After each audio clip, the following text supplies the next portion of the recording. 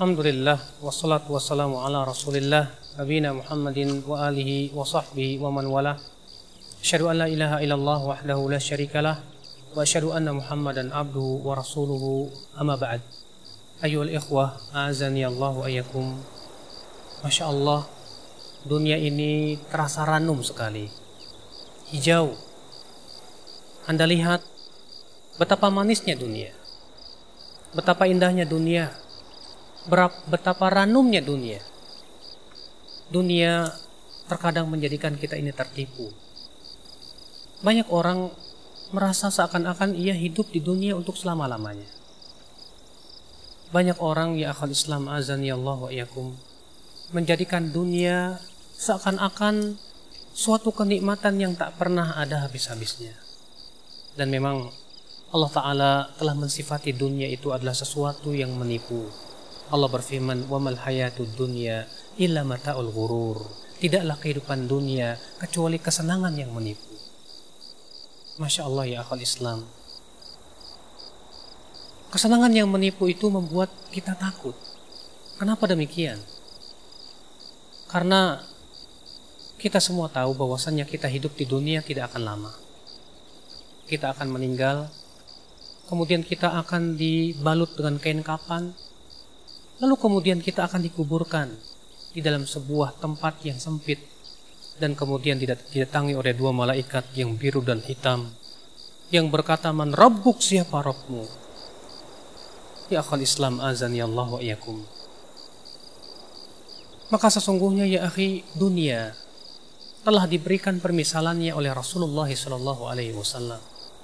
Sebutkan dalam hadis bahwasanya Rasulullah SAW bersama para sahabatnya lalu melewati sebuah bangkai seekor anak kambing yang telinganya putus. Kemudian Rasulullah SAW mengangkatnya seraya berkata, siapa di antara kalian yang mau membeli bangkai ini dengan harga 2 dirham? Para sahabat berkata, wahai Rasulullah, siapa di antara kami yang mau membelinya, wahai Rasulullah? Kalaupun ia hidup, wahai Rasulullah, kami tidak akan mau membelinya. Kenapa demikian? Karena bangkai ini atau anak kambing ini cacat, putus telinganya. Ikhwatul Islam azani Allah wa iyyakum.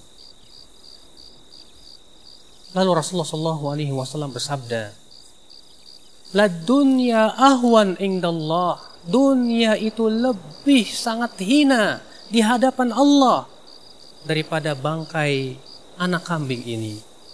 Subhanallah, ternyata dunia lebih hina daripada bangkai anak kambing. Subhanallah. Kalau begitu betapa meruginya orang-orang yang tertipu dengan dunia. Betapa anehnya orang-orang yang tertipu dengan kehidupan dunia, seakan-akan dunia akan memberikan kekekalan dalam hidupnya. Subhanallah, ya akhal Islam azani Allah. Padahal dunia itu, kata Rasulullah, sesuatu yang sangat hina di hadapan Allah. Di mana Rasulullah SAW bersabda, "Lau kanatid dunya tazinu indallahi janaha ba'udah." Kalaulah dunia itu sama harganya dengan sayap seekor nyamuk, masaqallahul kafiru ka'sa, maka Allah tidak akan memberikan orang kafir minum walaupun 1 gelas. Subhanallah. Bayangkan ya akhal Islam azani Allah wa iyyakum. Berarti dunia itu tidak ada harganya di sisi Allah. Dunia sangat hina sekali. Maka dari itu ya akhi, seorang mukmin adalah yang mengetahui tentang hakikat dunia. Ia tahu bahwasanya dunia itu adalah kesenangan yang menipu. Maka dia berusaha untuk memanage bagaimana dunia tidak menipu. Imam Mujahid rahimahullah ketika menafsirkan firman Allah Subhanahu wa taala, "Wa mal hayatud dunya illa mata'ul ghurur." Tidaklah kehidupan dunia kecuali kesenangan yang menipu. Apa kata Imam Mujahid? Kata Imam Mujahid, menipu itu apabila menjadikan kita lalai dari kehidupan akhirat. Adapun ketika dunia itu tidak melalaikan dari kehidupan akhirat, bahkan kita jadikan dunia sebagai wasilah menuju kehidupan akhirat, maka itu tidak disebut tertipu. berarti itu bukan kesenangan yang menipu. Na'am wallah. Ya akhwat Islam azani Allah wa iyyakum. Dunia disebut oleh Rasulullah SAW sebagai sesuatu yang hulwatun khadirah. Beliau bersabda, ad-dunya hulwatun khadirah. Dunia itu sesuatu yang manis dan ranum. Namun Rasulullah SAW bersabda, fattaqud dunya wattaqun nisa. Takutlah kamu kepada dunia dan khawatirlah dan hati-hatilah kamu terhadap wanita. Kenapa demikian? Fa inna, sesungguhnya kata Rasulullah, fitnah yang pertama kali terjadi pada Banu Israel pada wanita. Akhul Islam azani Allah wa iyyakum. Dunia memang nikmat, hijau, ranum, menipu. Tapi bagi seorang mukmin dunia itu kebaikan. Bukankah Rasulullah SAW bersabda, ni'mal mal lil abdi salih, sebaik-baiknya harta itu adalah untuk hamba Allah yang saleh. Ia jadikan harta tersebut untuk apa? Sebagai wasilah menuju kehidupan akhirat, mencari dan mendulang pahala yang sangat besar di sisi Allah Subhanahu wa taala. Ikhwatul Islam azani Allah wa iyyakum. Kita ya akhi hidup di dunia, semua yakin bahwasanya kita hidup di dunia tak akan selama-lamanya. Maka apa yang kita persiapkan menuju kehidupan dan kematian kita? Apa yang kita persiapkan menuju kehidupan setelah kematian? Ini menjadi pemikiran kita bersama ya akhi. Bukankah ketika seorang sahabat datang kepada Rasulullah, lalu ia berkata, ya Rasulullah, mata sa'ah. Wahai Rasulullah, kapan terjadinya hari kiamat itu? Sementara Rasulullah sedang berbicara, kemudian Rasulullah bertanya, tadi siapa yang bertanya tentang hari kiamat? Beliau bersabda, apa kata Rasulullah? Mada a'datta laha? Apa yang kau persiapkan menuju kehidupan akhirat, menuju hari kiamat? Apa yang kita persiapkan?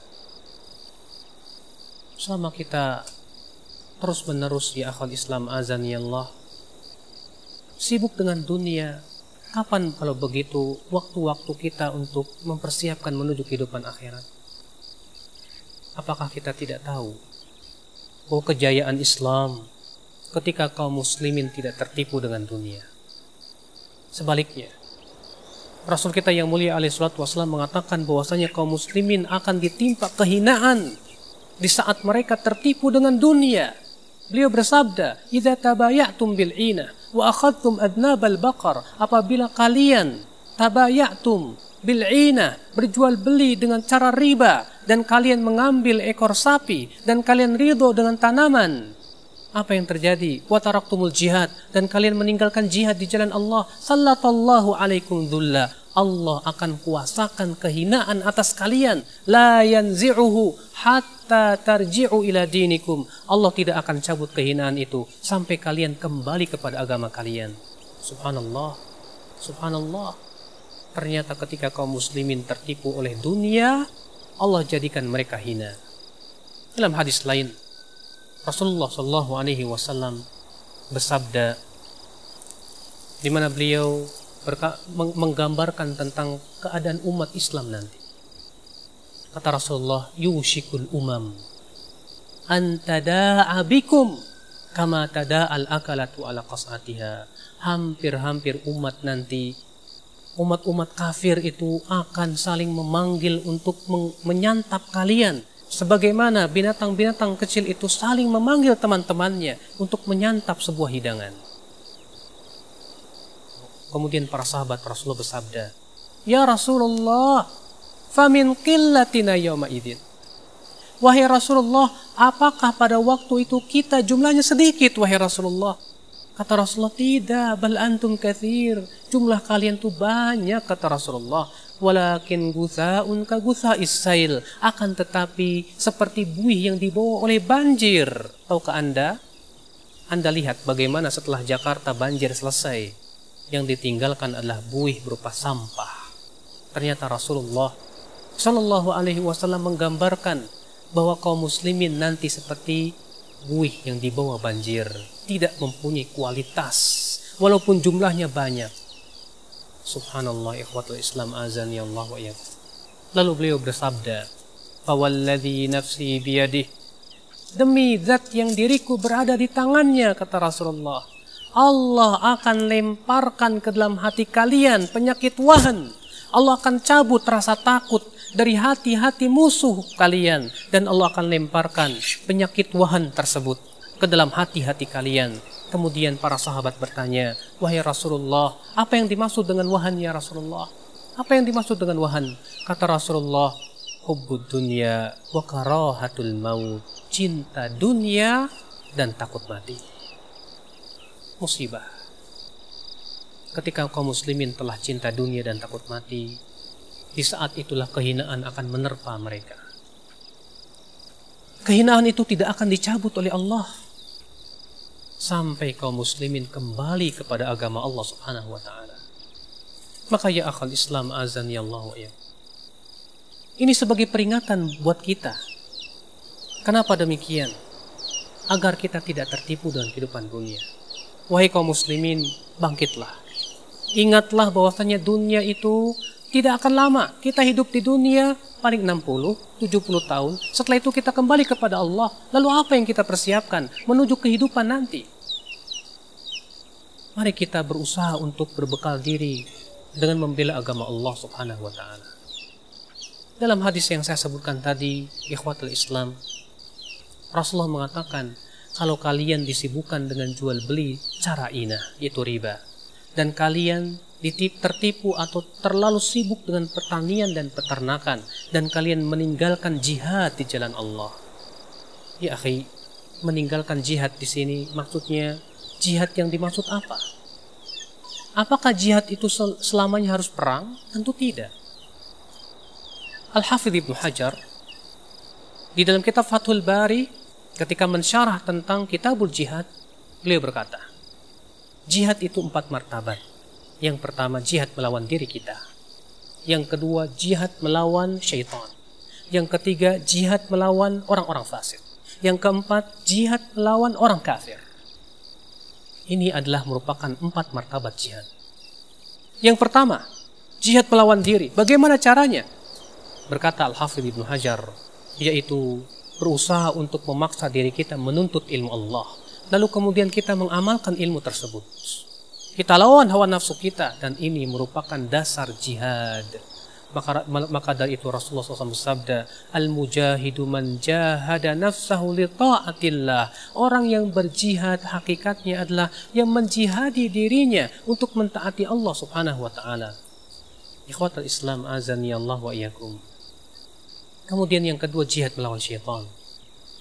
Syaitan tak akan pernah diam untuk menggoda manusia.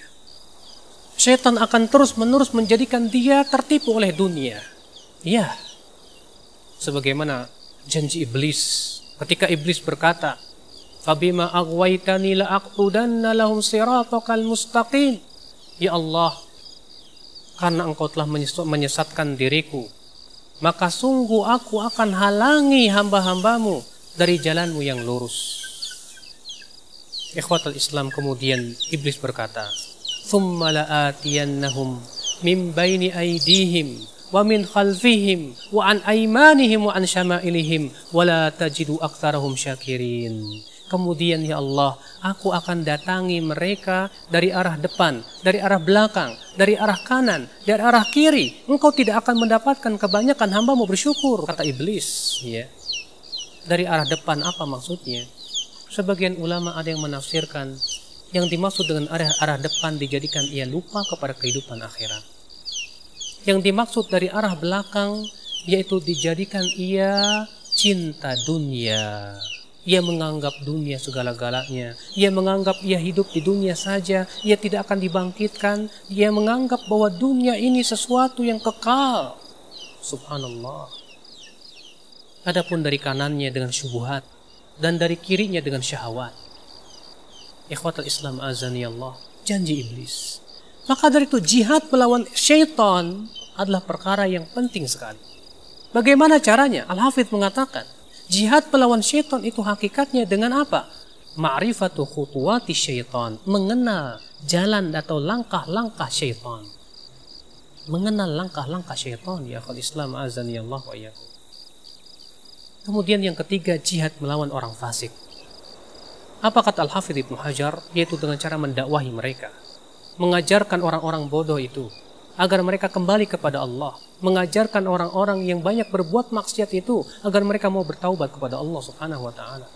Adapun jihad orang kafir dengan cara memeranginya, namun itu ada fase-fasenya dan pembahasannya dalam kitab-kitab fikih jihad tentunya.